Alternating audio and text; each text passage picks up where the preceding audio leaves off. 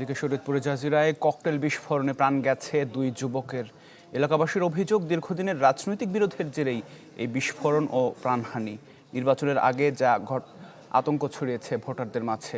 এ ঘটনায় পুলিশ 2 জনকে আটক করেছে। নতুন এবং ফিরে আসা গ্রাহকদের জন্য নগদে চলছে ক্যাশব্যাক সহ প্রতিদিন হাজারো উপহার জেতার সুযোগ। হবে আশা আর ফেরা, সারপ্রাইজ সেরা। টিনের ঘর আর আশপাশের চিত্র দেখলেই বোঝা যায় বিস্ফোরণের তীব্রতা। ভোরের দিকে বিকট শব্দে ঘুম ভাঙে শরীয়তপুরের জাজিরা উপজেলার বিলাসপুর ইউনিয়নের মোলাই ব্যাপারীকান্দি গ্রামের বাসিন্দাদের। এই বাড়িটি স্থানীয় সাগর ব্যাপারীর। পরিবারের সদস্যরা জানান, ঘরটি নতুন হওয়ায় সেখানে কেউ থাকতেন না। কিভাবে বিস্ফোরণের ঘটনা ঘটল তা জানেন না বলেও দাবি তাদের। বাস্ট হয়েছে স্যার, আমরা আলাপ পাইছি, কে বা কি কারা রাখছে আমি কিছুই জানি না, দেখিনি, বলছি না আমার বাবু হবে, যে হাসপাতাল তো 4-5 দিন হয়েছে আসি।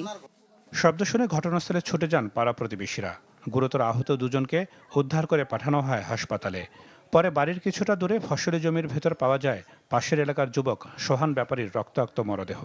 কেমনে জানি কালকে খবর জানছে যে শুইতে লেগে গেছে, এটা যে বাড়িতে শুইতে লেগে গেছে ওরা খবর জানছে, জানি না আমার বাইরে যে ওরা বোম দিয়া ওরা পথেই মারছে না ঘরেই মারছে না কি করছে এটা ওরা জানে।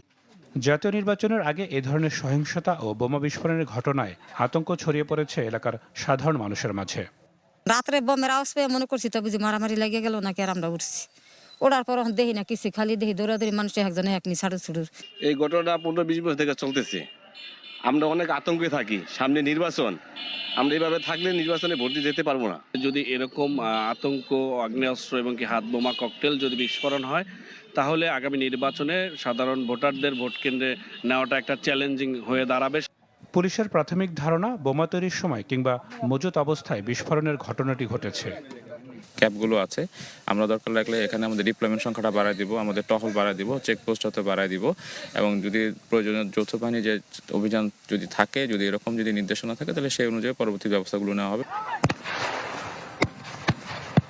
গত 2 দশকে বিলাসপুর ইউনিয়নে বোমার আঘাতে প্রাণ হারিয়েছেন অন্তত 10 জন, আহত হয়েছেন শতাধিক মানুষ। Desk report, channel 24।